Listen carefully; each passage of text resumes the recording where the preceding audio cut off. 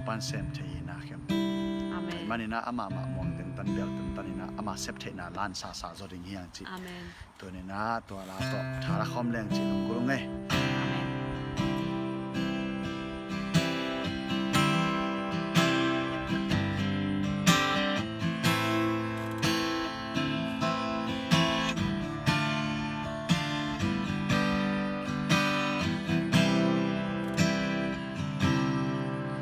Sana te hangin tanemin ka omcha Jinang thay lowi kurin ka kalay ta Do pa ho pina onen mi Vange kwa gimmi o hong pai wu Tol dam na kong tiaring chi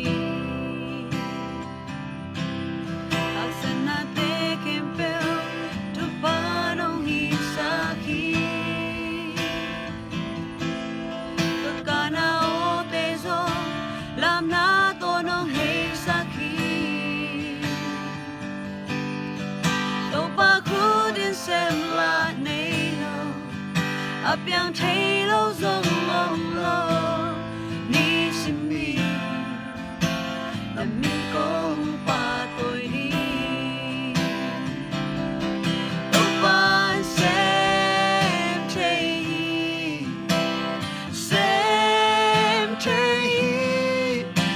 gió lâu nay lâu xin à dấu in là trâu khi đâu ban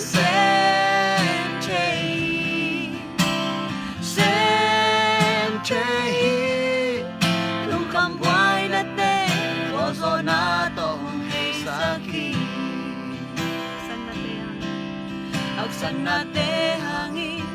tanemin ka omcha Jinang thay lowi kunin ka kalay ta Đâu pa ho pina onen mi Vange kwa gimmi o hong pai u Tol dam na kong piaring chi Sana khem pelte tu pano hi sakhi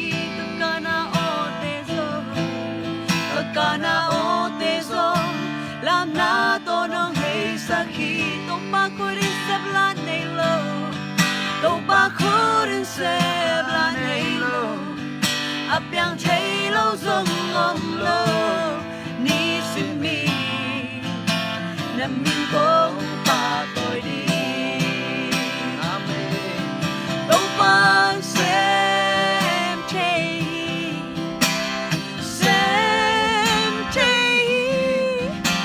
gió lâu nay lâu xin à dấu in là trâu khi đâu ban xem chê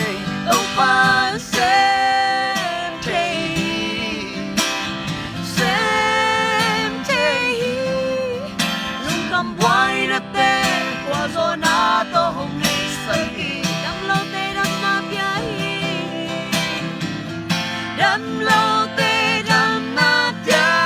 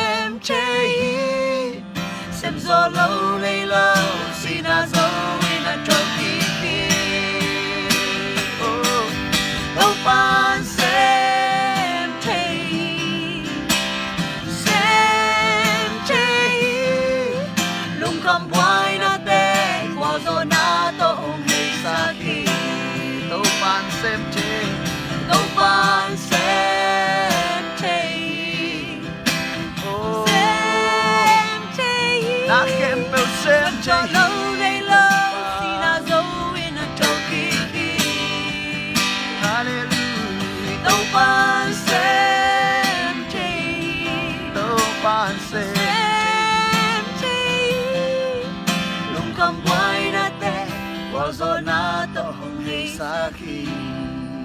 huwag nato sa kombi ito pan se te